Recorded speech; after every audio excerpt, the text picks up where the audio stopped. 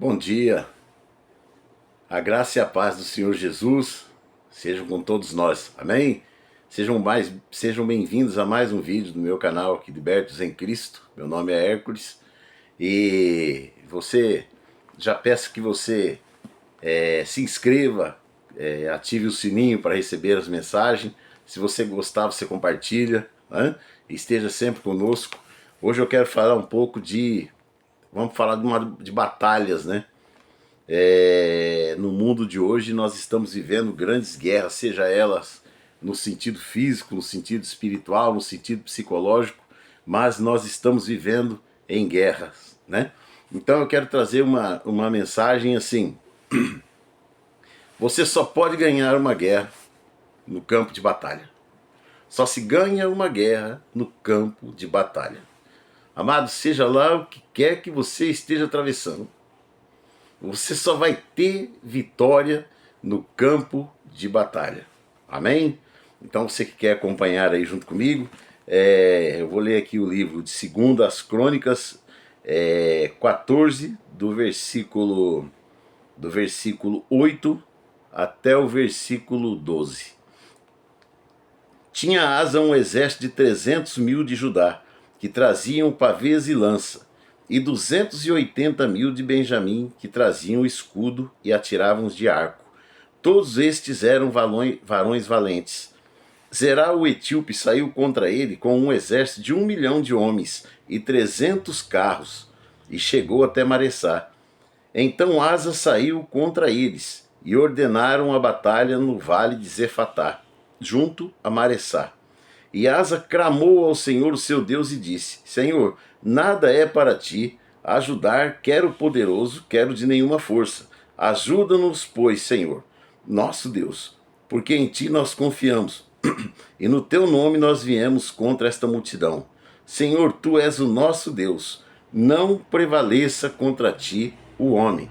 E o Senhor feriu os etíopes diante de Asa e diante de Judá, e fugiram os etíopes. Asa e o povo que estava com ele os perseguiram até Gerá, e caíram tanto dos etíopes que já não havia neles vigor algum, porque foram quebrantados diante do Senhor Deus e diante do seu exército, e levaram dali muito grande despojo. Amém? Que a graça e paz sejam com todos vosco, em nome do Senhor Jesus. Que essas vitórias, como foi a do rei Asa, seja sobre você e a sua vida. Nós vimos aqui, amados, que um rei Asa se levantou contra ele um exército, né? E Asa tinha ali 580.000 homens no seu exército, homens que eram valentes, mas que nós vimos aqui que as armas deles eram primitivas, eram arcaicas. Eles tinham pavês, escudos e atiravam com flechas. E Zerá o etíope saiu contra ele com um exército que tinha 1 milhão de homens e 300 carros de guerra. Você imagina você estar olhando assim, saber que você está prestes a ser massacrado e você não ter o que fazer. Você olha aquilo que monta diante de você, que cenário tem montado diante da sua vida. Quando nós enfrentamos as circunstâncias, as situações da vida, irmãos, nós vemos que o cenário que se arma diante de nós parece que sempre é muito maior do que nós. Quando você está atravessando um sistema financeiro, por mais que você lute, que você trabalhe, que você corra, que às vezes você faz hora extra, parece que o que você recebe é uma gota no meio do oceano do que você tem que pagar. Quando se levanta um problema de saúde contra você, quantas vezes você não tem que ir para outra cidade, para outros lugares, você tem que pegar a ambulância e correr, ir para outros cantos, e é uma calamidade, uma situação difícil. É uma guerra que se levanta e quando você olha, você fala: eu estou vencido. Este homem estava desse jeito. O exército dele era valente. O exército dele estava preparado para a batalha, mas sabia que aquela batalha era inglória. Eles não tinham como ter vitória contra um exército tão poderoso quanto esse exército dos etíopes naquela época lá. 1 milhão de homens, 300 tanques de guerra. Você imagina, você sai daqui para ir lutar aí de peito aberto, né? Sair correndo, atirando flechinhas, atirando coisas e tentando se defender com os escudos contra os carros que vêm de guerra.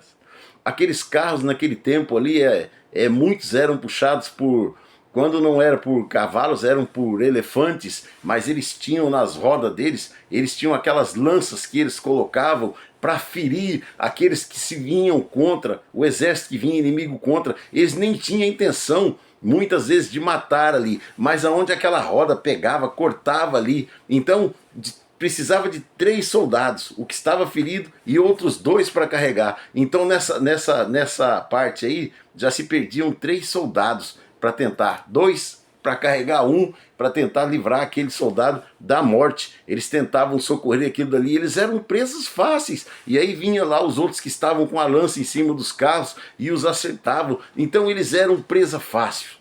Facilmente o exército de Asa seria um exército exterminado pelas técnicas e as batalhas de guerras que eram usados naquele tempo. Só que Asa teve um diferencial, ele acreditava no Senhor. Ele tinha esperança, ele tinha fé, ele tinha ousadia, ele tinha confiança e ele tinha determinação. Antes dele sair para a guerra, ele foi lá e fez essa aqui. Na minha opinião, é uma das orações mais belas que tem na Bíblia aqui, no versículo 11, do 2 Crônicas 14, versículo 11. Ele disse, clamou Asa ao Senhor seu Deus e disse, Senhor, nada é para ti ajudar, quero poderoso, quero de nenhuma força. Ajuda-nos, Senhor, nosso Deus, porque em ti nós confiamos e em teu nome nós viemos contra esta multidão. Senhor, tu és o nosso Deus, e não prevaleça contra ti o homem. E quando Asa fez essa oração, ele tinha certeza que Deus estava com ele. Ele foi lá e ele se colocou à frente do exército, na linha de frente do exército. Como dizendo para Deus, eu estou na linha de frente do exército, mas o Senhor está comigo. Se aquele exército vier e passar por cima de mim, vai passar por cima do Senhor também. O exército vai ter que passar por cima de nós dois para ele sair vencedor aqui hoje.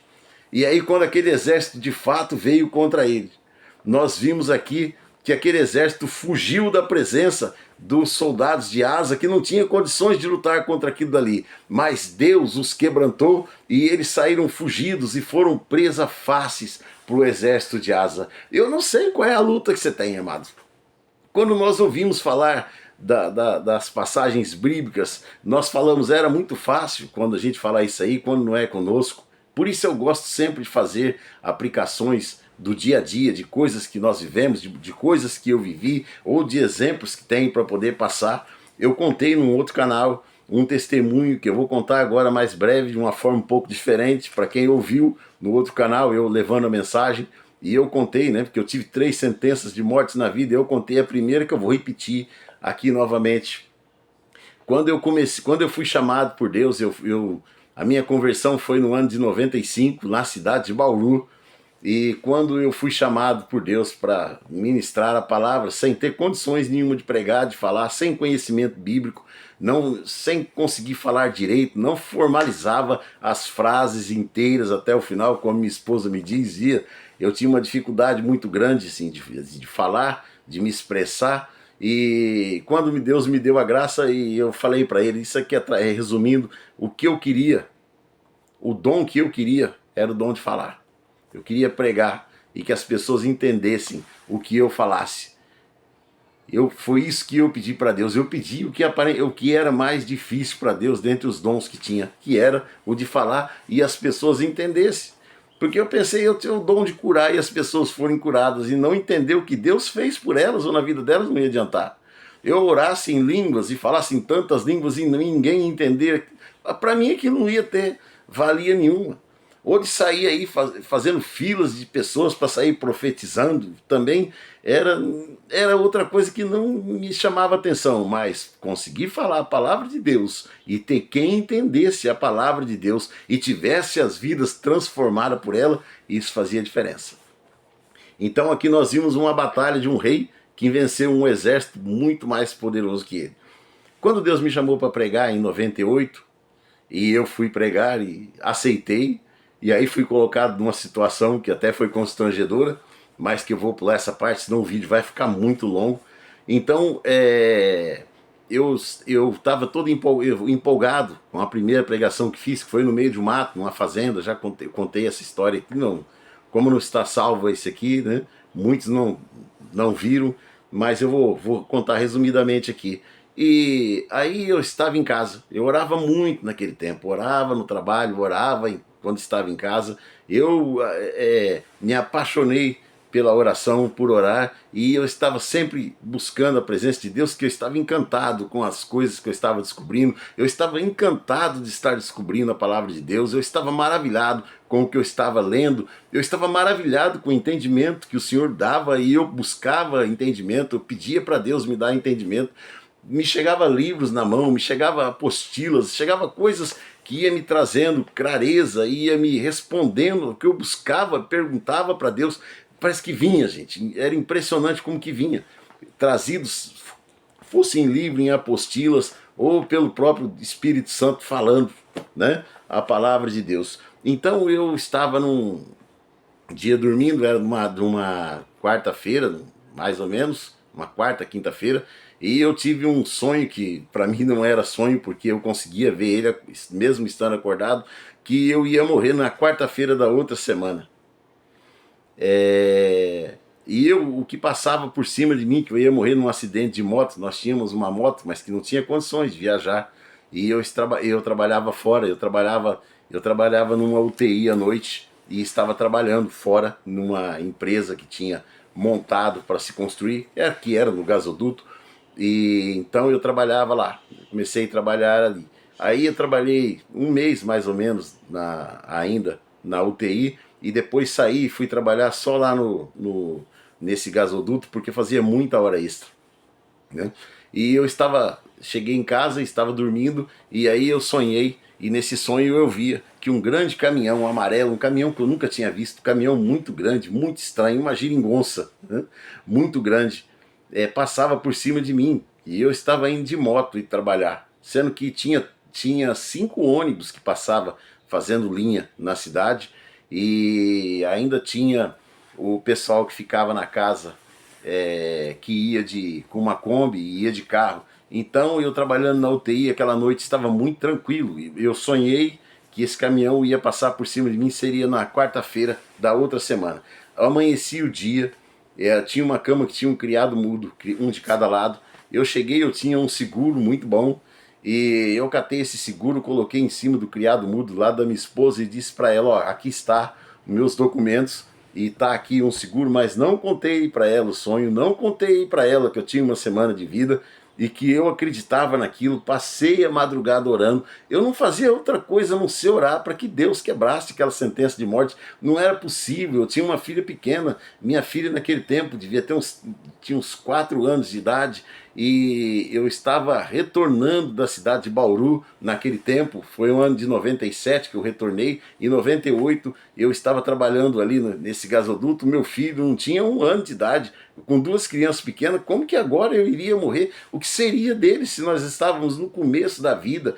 E era uma situação difícil, irmãos, não era fácil, era brigado o almoço de cada dia, a comida de cada dia, o aluguel, era brigado, eu tinha que trabalhar muito, fazer muita hora extra, minha esposa também trabalhava para a gente conseguir manter a casa, conseguir pagar as contas, era tudo com grande dificuldade, e agora de repente eu iria morrer, o que seria deles? E aí fiquei eu orando e orava e falei para ela, ó, tem um seguro aqui, então você deixa esse seguro aqui, esse documento, que você pode precisar nessa semana por algum motivo, por alguma coisa, então você não mexa. Fui no banco, fiz um outro seguro, e cheguei lá e acrescentei com ela, falei, ó, aqui tem um outro documento, que quarta-feira da semana que vem, provavelmente você vai precisar e eu não vou estar aqui. E deixei ali. Só que eu não ia trabalhar de moto, eu ia de ônibus. Quando chegou resumindo a história aqui, na terça-feira à noite, que eu estava trabalhando na UTI, a UTI sempre foi um lugar muito cheio, aquele dia estava vazia, só tinha uma pessoa que era diabética, que estava fazendo um tratamento da diabetes ali, e ia para o quarto no outro dia, de manhã, então não tinha nada na UTI, estava tranquilo. Era aquela noite assim, a mais sossegada que eu tive lá, para orar bastante, porque o dia vinha chegando. Só que eu pulei um detalhe muito importante. Quando chegou no final de semana, no domingo, eu não fui trabalhar naquele final de semana. Foi um dos únicos que eu não fui trabalhar no sábado e domingo, porque eu quis ficar em casa. Era uma despedida aquilo para mim. E aí nós resolvemos ir na escola dominical. Ia na igreja naquele tempo, fui na escola dominical e não sabia que tinha um pastor de fora. Era um espanhol, me falha agora, não me lembro o nome dele. E ele estava na igreja no domingo de manhã na escola dominical. E que inclusive nem teve a escola dominical, era esse pastor. E aí ele era recém-casado e estava pregando, falando muito bem, aí de repente ele levantou e ele olhou lá pro meio do povo, lá onde eu estava, a igreja estava lotada, a igreja grande, e aí ele pegou e falou assim, ó, você, apontando para onde eu estava atrás, de jaqueta preta, sabe, que era frio, era entre o mês de junho e julho, Deus está quebrando uma sentença de morte na sua vida. Deus está quebrando uma sentença de morte na sua vida. Eu fiz de conta que não era comigo. Minha esposa achava que eu estava estranho aqueles dias, mas eu fiz de conta que não era comigo. Aí ele pegou e repetiu, falou, você é de jaqueta preta, é com você que Deus está falando. Deus está quebrando uma sentença de morte na sua vida. Você pode acreditar. Eu não tinha um pingo de dúvida. Mas eu, de novo, fiz de conta que não era comigo. Minha esposa pegou e me puxou e falou, ele está falando com você. Eu falei, não, tem tanta gente de jaqueta preta aqui, outras pessoas de jaqueta preta aqui, por que ele está falando logo comigo? E eu vou morrer por causa de quê? Mas era comigo, e eu sabia. E naquele momento eu ali dando glória a Deus. Dando glória a Deus, mas ainda seria na quarta-feira, como eu estou te dizendo. Quando chegou na terça, voltando para a terça, só tinha um paciente na UTI, e esse paciente estava bem e ia para o quarto no outro dia. Eu saía às 7 horas da manhã e eu vinha correndo para casa, deixava a moto em casa e ia para o ponto de ônibus, para pegar o ônibus para poder ir trabalhar. E eu trabalhava só na área da saúde, naquele tempo, lá no gasoduto. E naquela quarta-feira, eu tinha conseguido marcar uma campanha de vacina e sozinho não tinha como fazer, era muita gente. Então eu consegui um pessoal da vigilância sanitária, de uma amiga minha, enfermeira, que hoje não está mais entre nós, e que pegou a equipe dela para ir lá me ajudar a fazer essa campanha de vacina. Não tinha como eu não ir, o pessoal já estava para lá, eles foram para lá cedo. E eu tinha que ir. Só que o que aconteceu? Quando chegou 6h40, 6h40 da manhã, me chega uma perdoe, eu estou bem gripado, com a garganta bem ruim. Chegou uma parada cardiorrespiratória na UTI. Uma pessoa desfalecida, que tinha que fazer ressuscitação, né? Tanto do cardíaca quanto ventilação artificial. E quase na hora de eu ir embora, pessoal. Quase na hora de eu ir embora. E aí o que eu ia fazer? Eu ia deixar? Não tinha como. Entrei para as manobras, para ressuscitação, para tentar reanimar aquela pessoa, porque esse era o objetivo de quem trabalha numa área daquela, né? Então o restante fica para depois. E eu fiquei ali e não consegui sair. O pessoal chegou e atrasou naquele dia para entrar, e eu não consegui sair. Quando eu saí do serviço, já era 7h40 da manhã. Naquele horário já era difícil para mim. E aí eu cheguei e corri em casa. Cheguei lá, eu corri do ponto de ônibus, o ônibus já havia passado. Quando eu voltei para tentar achar outros ônibus, fui com a moto até lá onde saiu o pessoal do escritório, que saía um pouco mais tarde, já haviam ido embora. O que eu ia fazer, irmãos? Eu não tinha o que fazer. Eu só tinha aquela moto que eu estava e aquela moto não prestava, ela não aguentava a viagem, ela não passava de 40 por hora, ela vazava em todo lugar. O ano dela era 78, mas nela tudo era 87, mas era uma coisa de louco, um fumacê, parava quando esquentava, não ia. E eu cheguei para pegar a rodovia, parei, orei, falei, senhor, eu fui na igreja, inclusive, e o profeta disse que tinha sido quebrada a sentença de morte contra a minha vida. Então, senhor, eu não tenho o que fazer. Eu vou ter que entrar nessa rodovia e ir com essa moto, porque eu não tenho outra coisa para ir trabalhar. Naquele tempo não tinha celular, né? Igual hoje, né? Ainda no ano de 98, ainda não tinha. Não era uma coisa comum, não tinha. E aí eu peguei, olhei para todos os lados, o mato estava alto, né? dos dois lados da rodovia, procurando um caminhão amarelo, não havia nenhum. Eu falei, como asa aqui na minha ousadia, e disse, senhor, ó, o senhor está aqui, ó, junto comigo, montado aqui nessa garupa aqui. Na verdade, o senhor está na condução. Vamos embora. E aí fui, peguei o caminho para ir, dava uns 20 quilômetros mais ou menos o caminho, menos que isso até. E saí. Quando eu olho no retrovisor, tá o caminhão amarelo atrás de mim. Tava aquela geringonça atrás de mim. E era um caminhão lento, igual era a moto que eu estava. E era um caminhão muito alto, eu não sei nem como ele me via ali embaixo, porque ele estava quase que encostando, me empurrando ali na rodovia. Ele não tinha velocidade para me passar e eu não tinha velocidade para fugir dele. E eu disse para Deus, eu não vou tomar nenhuma atitude. Eu vou seguir o caminho, vou continuar andando. Eu não vou tentar me jogar para fora da rodovia, eu não vou fazer nada que diga que foi eu que tomei uma atitude errada e eu morri porque o caminhão passou por cima de mim, porque eu tomei uma atitude errada. E, irmãos, e aí formou uma fila atrás. Não conseguia passar. Esse caminhão não me passava, a moto não andava, e eu estava indo e não tinha como me livrar daquele caminhão. Quando passou ali para frente da usina, ali naquele rumo ali que os carros conseguiram sair, quando passou lá no pontilhão que tinha uma vaguinha, foram embora, mas o caminhão continuou atrás de mim. E quando chegou naquele trecho lá que teve uma baixada, ele conseguiu uma velocidade, jogou para o lado, e quando ele começou a passar, que ele saiu de trás de mim, a moto parou, simplesmente travou, parou em cima da rodovia. Foi o dia mais feliz que eu empurrei uma moto até acabar de chegar no serviço. Eu cheguei lá naquele serviço, mas eu parei no caminho, eu chorei muito, eu dei glória a Deus, porque ali, aquela sentença de morte contra a minha vida foi quebrada. Ali Deus honrou o que Ele me mostrou. Deus honrou o que Ele me mostrou. Eu cheguei para trabalhar para aquela campanha de vacina, eu estava entre choro e radiante. E quem ia entender o que estava acontecendo comigo? Quem ia entender o que ia passar aquilo? Parece maluquice uma coisa dessa. Eu trabalhei aquele dia, fiz essa campanha de vacina louco para chegar em casa.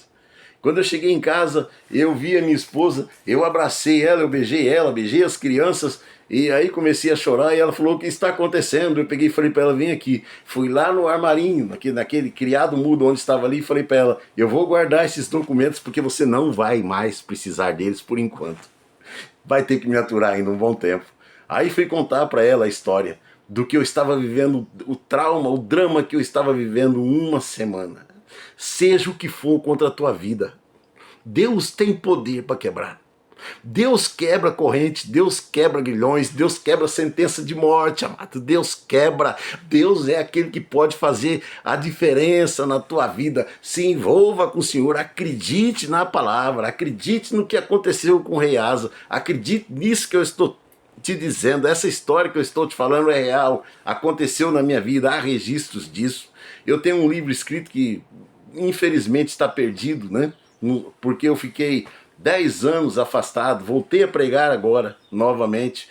Preguei por 20 anos, pregava sempre, pregava direto, mas as histórias foram se perdendo, porque depois eu fiquei 10 anos fora, quando eu tive um câncer de bexiga, que essa história eu vou contar uma outra vez, tinha 1 ano e meio de vida. Então Deus vem quebrando sentenças de morte na minha vida, e por isso eu voltei a pregar, para que Ele quebre também na sua vida. E não é só sentenças de morte não, é as situações que você pode estar passando. Nós estamos vivendo em tempos de guerra espiritual, de batalha, irmãos. Veja o que está acontecendo no mundo, tanto na política, quanto no sentido espiritual. Irmãos, se envolvam com Deus. O mundo está caminhando por um caos, amado. O mundo está caminhando por um caos. É para o caos que o mundo está caminhando. Cada dia você vê leis que é feita que te prejudica. Cada dia você tem visto coisas absurdas acontecendo.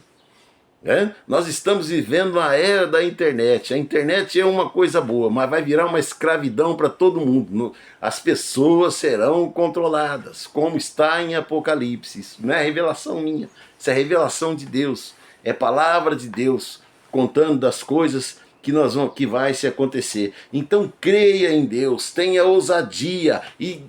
Irmãos, eu sei que tem muitas pessoas que vai estar ouvindo essa palavra aqui agora, que pode estar chorando, que vai estar sofrendo, e não importa qual é a situação sua.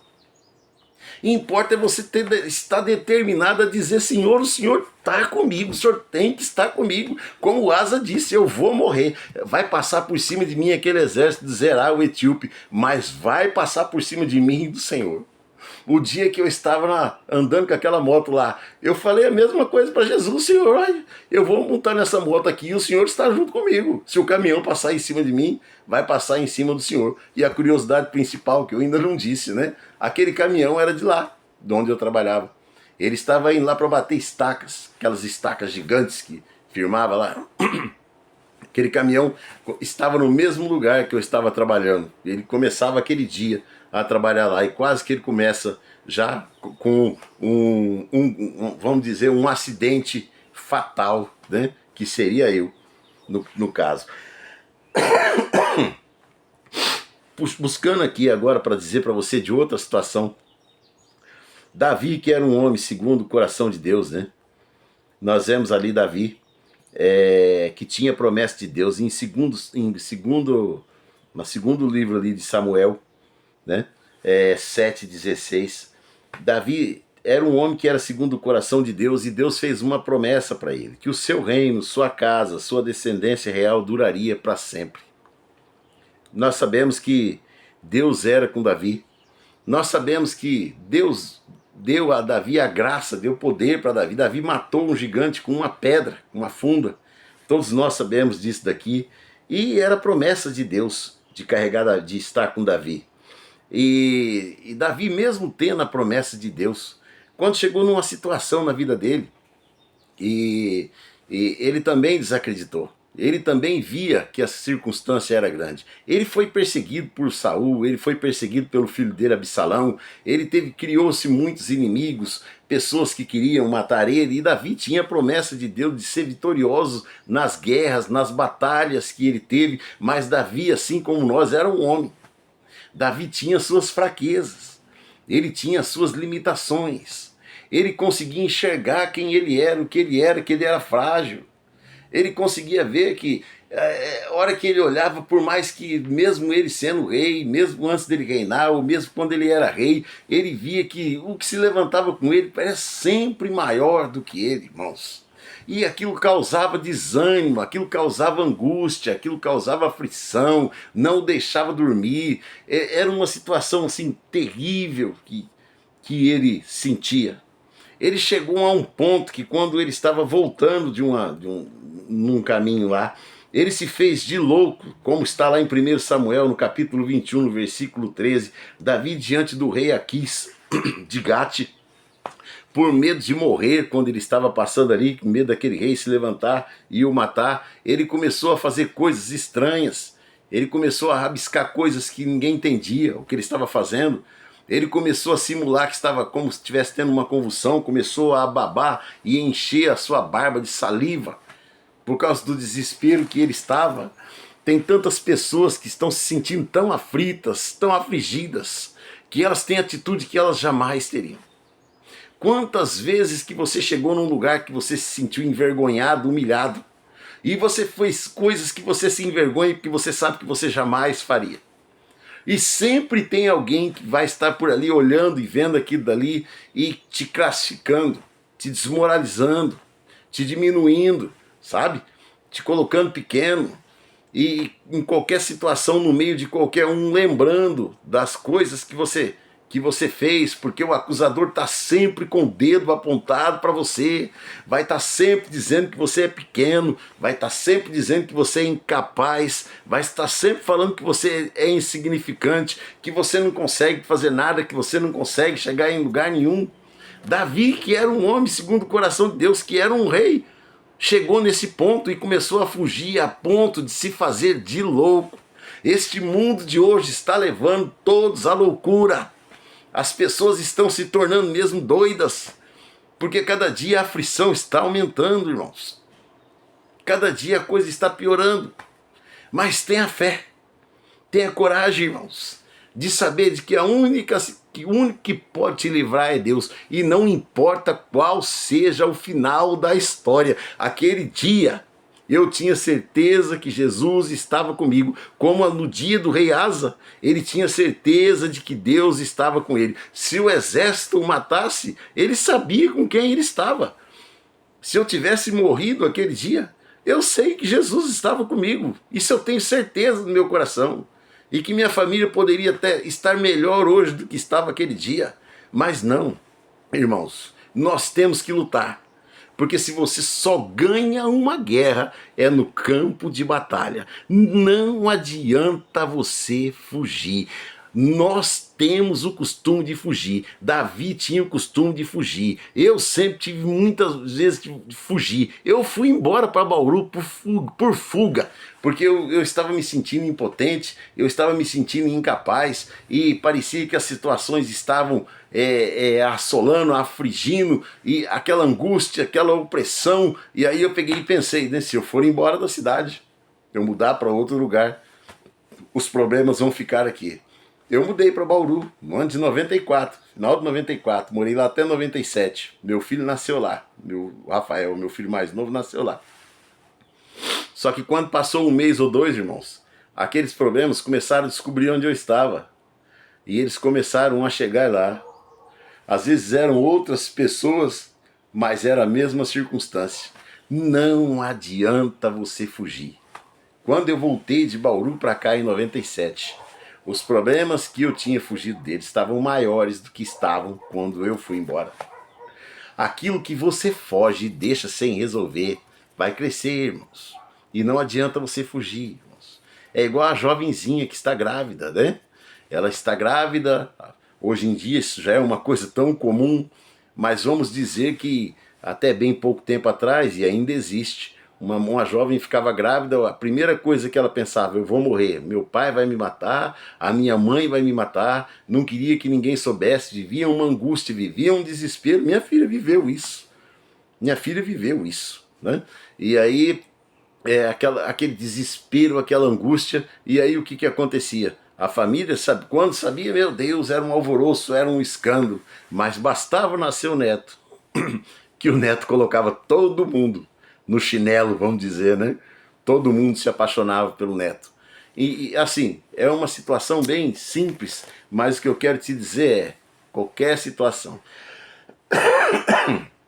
que você fugir, não vai ter jeito, não vai ter acordo. Você tem que enfrentar, porque aquilo que você não te enfrenta te escraviza, se torna maior do que você, tem domínio sobre você, e aquilo que te domina te escraviza. E Deus nos fez para ser livres, não escravos, né? Então, falando do Davi aqui, que se fez de louco, e aí até que chegou um momento que ele entendeu, e isso aqui está no Salmo 23, no versículo 6, que tem uma história bem interessante que eu quero te contar. Apenas o versículo 6 do Salmo 23, que diz assim, do versículo 5, aliás: preparas uma mesa perante mim na presença dos meus inimigos, unge a minha cabeça com óleo e o meu cálice transborde. Davi estava fugindo, estava em fuga. Até que ele, buscando a presença de Deus, ele entendeu. Ou ele enfrentava os inimigos dele, ou ele seria escravo. A promessa de Deus que era para ele ia continuar acontecendo. Agora ele ia viver bem a vida dele com Deus, o reino dele ia ter paz, se ele estivesse com Deus, se ele enfrentasse as situações que estavam. Ou ele reinava, ou ele seria escravo. Não havia outro meio para ele. Então Davi chegou aqui nesse impasse aqui, e fugia de todos os inimigos dele. Aí ele pegou e fez essa oração dizendo isso para Deus: prepara uma mesa para mim. Ou seja, para Deus preparar uma mesa, Deus tinha que estar junto com ele. Perante os meus inimigos, unge a minha cabeça com óleo e o meu cálice transborda. Tinha um pastor de ovelhas, irmãos. Havia um pastor de ovelhas. Isso é uma outra história. E ele estava ensinando ovelhas, animais. E ele estava ensinando o discípulo dele a cuidar das ovelhas para ser o sucessor dele.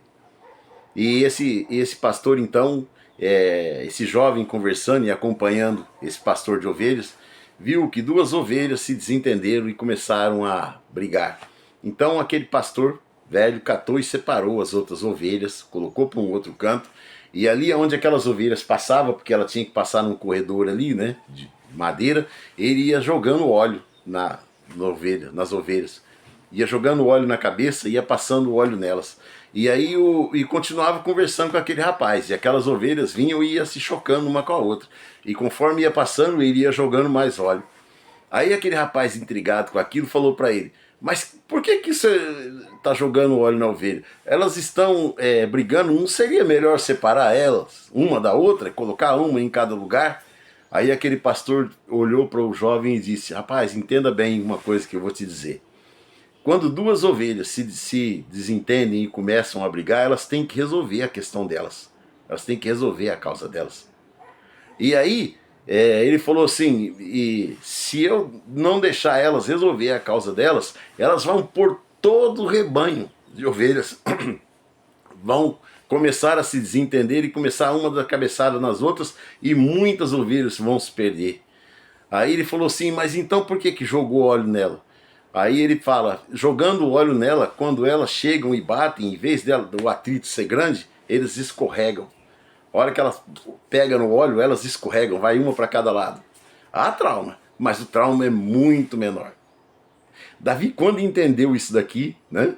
Davi, quando chegou lá e falou para Deus, unge a minha cabeça e prepara uma mesa diante dos meus inimigos. Ou seja, eu quero todos os meus inimigos aqui, de todos aqueles que eu fugi, hoje eu quero todos eles aqui na minha presença. Eu quero guerrear com eles todos hoje, nesse mesmo dia. Prepara uma mesa, ou seja, ele já contava com a vitória, ele sabia que Deus estava com ele e pediu para Deus preparar a mesa e que ungisse ele com óleo, que fosse passando óleo na cabeça dele, que fosse passando óleo, porque a briga ia ter, ele ia enfrentar situações que ele vinha fugindo há tempos, porque ele sabia que ele ia ter atrito, ele sabia que ele ia brigar, ele sabia que ia ter dor, que ia ter trauma, que ele ia ficar ferido, mas ele sabia que ele ia ter vitória, porque Deus era com ele, Deus ia estar guerreando com ele, e no mínimo Deus ia estar jogando óleo na cabeça dele, para que ele enfrentasse a situação. Chegou a hora que ele teve a coragem de poder lutar contra aquilo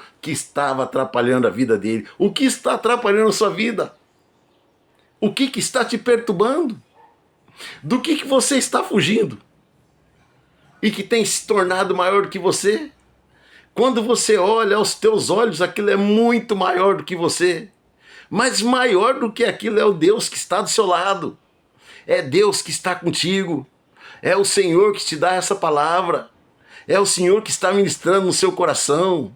Tem pessoas desesperadas aí, aflitas, que vão ouvir essa mensagem e vai dizer, isso não é para mim porque Deus nunca se lembra de mim.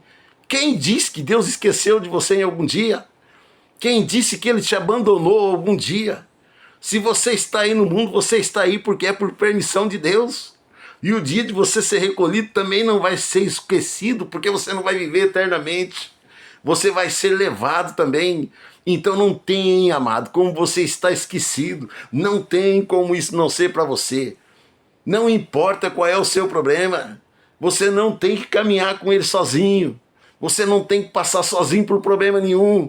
Porque Deus, assim como foi com Asa, como foi comigo, como foi com Davi, Deus é com você. Tenha atitude, tenha fé, tenha coragem, tenha ousadia de chegar lá e dizer para Deus, Senhor, a primeira coisa, saiba quem eu sou. Senhor, eu sou essa, eu sou esse, eu sou isso, isso, isso. Quem você é, põe para Deus. Faça com que Deus te conheça. E Ele vai conhecer de você falar com Ele. Mostre a tua situação, mostre as tuas fraquezas, mostre os teus problemas, mostra a tua dificuldade, a tua luta. Mostra o que está te afligindo. Coloque diante de Deus e tenha coragem de dizer para Deus, Senhor, se eu for partir, que eu vá para a glória, mas que o Senhor vá comigo. Se uma tempestade, uma nuvem, seja lá o que for passar por cima de mim, Senhor, há de passar por cima de mim e de ti, porque eu não abro mão de ti. Não é Deus que abre mão de você, somos nós que abrimos mão dele.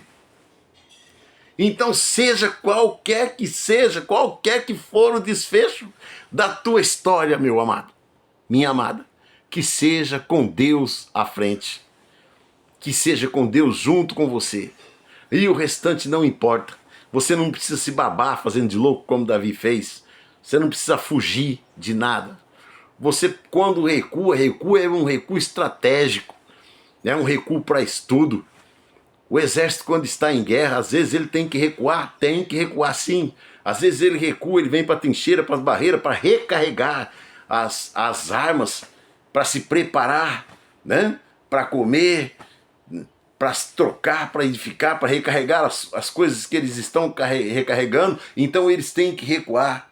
Mas eles não vão ficar ali recuados, não. Porque eles vão ter que sair dali e partir para o fronte.